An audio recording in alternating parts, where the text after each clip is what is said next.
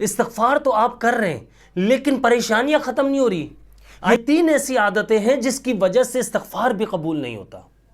اپنے گھر کے حالات، اپنے معاملات تو ہم بہتر کرنا چاہتے ہیں لیکن ہم لوگ کچھ غلطیاں کر دیتے ہیں. ہم استغفار بھی کر رہے ہیں لیکن کچھ غلطیاں ایسی ہیں جس کی وجہ سے ہمارا استغفار قبول نہیں ہو رہا. ہمیں جس طرح فائدہ ملنا چاہیے اس طرح فائدہ نہیں مل رہا. ہماری آزمائشیں اور پریشانیاں مسلسل روز بروز بڑھ رہی ہیں. اس کی وجہ کیا ہے؟ اس کی وجہ ہے ہماری غلطیاں. سب سے بڑی غلطی آپ لوگوں کو بتاتا ہوں. آپ جو استغفار کرتے ہیں یہ یاد رکھیے گا، ہمارا کیا ہوتا ہے کہ ہم تسبیح کے دانے تو گھوم رہے ہیں یا ڈیجیٹل تسبیح تو یوز کر رہے ہیں، ہم اس پر پڑھ تو رہے ہیں لیکن اس کے ساتھ ساتھ ہمارا دھیان کہیں اور ہوتا ہے. ہم کوشش کر رہے ہوتے ہیں کہ یار سارے کام بھی چلتے رہیں اور استغفار بھی کرتے رہیں. میں منع نہیں کر رہا ہوں لیکن اگر آپ سکون اور اطمینان کے ساتھ پڑھیں گے، اگر آپ پورے دل و دماغ کے ساتھ آپ جب پڑھیں گے تو آپ کو اس کا فائدہ انشاءاللہ ڈبل ہونا ہے. پہلی یہ غلطی کو اپنی سدھار لیجئے. دوسری غلطی کی بات کروں اگر میں، تو دوسری غلطی انسان سب سے زیادہ جو کرتا ہے وہ یہ ہے کہ یہاں استغفار کر رہا ہے وہاں پر دوبارہ سے وہی غلطیاں دہرانا شروع کر دیتا ہے. یعنی کہ وہ جو گناہ جس کی وجہ سے وہ استغفار کر رہا ہوتا ہے وہ گناہ جو ہے وہ روکتا نہیں ہے، ان گناہوں سے وہ چھٹکارا حاصل نہیں کرتا، ان گناہوں کو وہ چھوڑتا نہیں ہے اور مسلسل گناہوں پہ گناہ کرتے چلے جاتا ہے اور استغفار بھی کر رہا ہوتا ہے. تو اس لیے استغفار جو ہے وہ فائدہ نہیں پہنچاتا. یہ یاد رکھیے گا، استغفار کا مطلب یہ ہے کہ آپ نے اللہ تعالیٰ سے اپنے گناہوں کی معافی مانگنا ہے، آپ نے اللہ تعالیٰ سے بخشش طلب کرنی ہے. اب دیکھیں فائدہ کب ہوتا ہے انسان کو؟ جب انسان اپنی غلطیوں کی معافی مانگتا ہے، اللہ تعالیٰ سے بخشش طلب کرتا ہے اپنے گناہوں کی، تو وہ اسے چاہیے کہ دل میں عہد کر لے کہ یار جو مجھ سے غلطیاں ہو رہی تھیں، جو میں گناہ کر رہا تھا، ان گناہوں کو آج سے میں عہد کرتا ہوں چھوڑ دوں گا، آج کے بعد وہ گناہ نہیں کروں گا. تو پھر آپ کو اس کے فائدے دیکھنے کو مل جاتے ہیں. پھر آپ دن بدن انشاءاللہ آپ دیکھ لیجئے گا کیسے آپ کو کامیابی ملتی ہے، کیسے ترقی ملتی ہے، کیسے آپ کی دعائیں قبول ہوتی ہیں.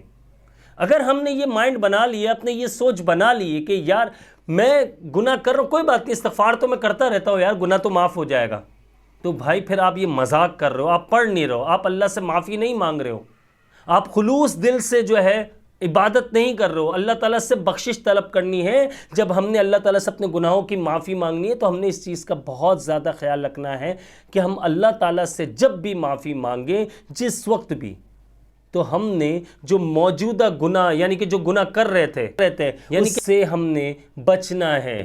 ہم نے دل میں عہد کرنا ہے کہ آئندہ یہ گناہ نہیں کروں گا، اس سے بچنے کی پوری کوشش کروں گا. لیکن ان کیس اگر کچھ گناہ ایسے ہوتے ہیں جو غلطی سے ہو جاتے ہیں تو اس پر آپ نے فوراً سے اللہ سے توبہ کر لینی ہے، فوراً استغفار پڑھ لینا. آپ نے کم سے کم 3 بار تو استغفار کیجئے آپ اسی وقت جب آپ سے گناہ ہو. اور اگر آپ کے پاس ٹائم ہے تو 2 رکعت نماز نفل توبہ استغفار کی پڑھ لیں. اس سے آپ کو بہترین فائدے دیکھنے کو ملتے ہیں. یعنی کس طرح استغفار کرتے ہیں، اللہ تعالیٰ سے گناہوں کی معافی مانگتے ہیں، اللہ تعالیٰ سے گناہوں کی بخشش طلب کرتے ہیں، تو پھر آپ کو فائدے ملنے لگ جاتے ہیں. اب کیسے فائدے ملتے ہیں، کیوں ملتے ہیں، اس کے اوپر میری مکمل ویڈیو ہے. میں پھر بھی آپ کو تھوڑا سا بتا دوں کہ دیکھیں اس لیے فائدے ملتے ہیں کیونکہ اللہ تعالیٰ راضی ہوتا ہے، استغفار کرنے والوں سے اللہ پاک خوش ہوتا ہے اور بہت خوش ہوتا ہے، بہت زیادہ راضی رہتا ہے.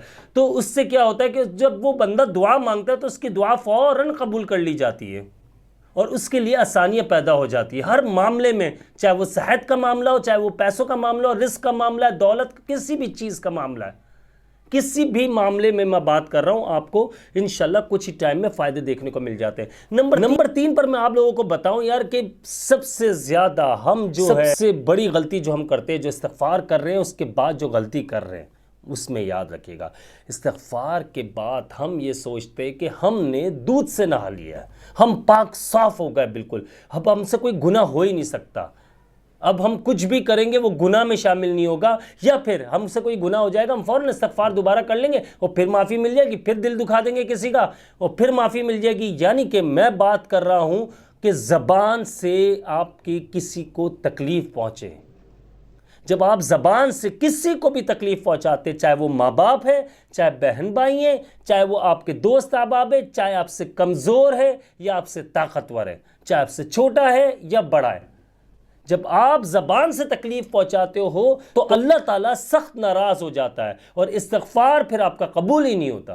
آپ کا کوئی فائدہ نہیں ہے کہ آپ اتنی تسبیحات پڑھ رہے ہیں اور استغفار تو کر رہے ہیں، لیکن آپ زبان سے کسی کو تکلیف پہنچا رہے ہیں، زبان سے کسی کی غیبت کر رہے ہیں، زبان سے کسی کی برائیاں کر رہے ہیں، کسی نہ کسی کا دل دکھا رہے ہیں، چاہے وہ ماں باپ ہو، کوئی بھی ہو۔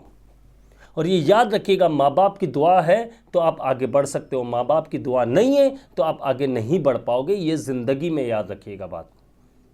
بس یہ چھوٹی سی بات آپ لوگوں تک پہنچانی تھی، اور کافی سوالات آ رہے تھے کہ عبداللہ بھائی ہم سالوں سے استغفار کر رہے ہیں لیکن فائدہ نہیں ہو رہا، تو اس لیے میں نے چھوٹی سی ویڈیو بنا دی ہے۔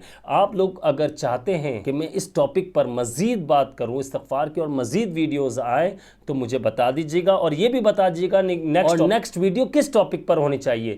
اسی کے ساتھ مجھے اجازت دیجیے گا، میں ہوں آپ سب کا بھائی عبداللہ بن حمید۔ جنہوں نے اب تک میرے چینل کو سبسکرائب نہیں کیا، لازمی سبسکرائب کر لیجئے گا، بیل آئیکن کو پریس کر لیجئے گا۔ ایک ریکویسٹ کرنا چاہوں گا آپ لوگوں سے کہ ویڈیو کو لازمی شیئر کر دیا کریں۔ اب مجھے اجازت دیجیے، میں ہوں آپ سب کا بھائی عبداللہ بن حمید۔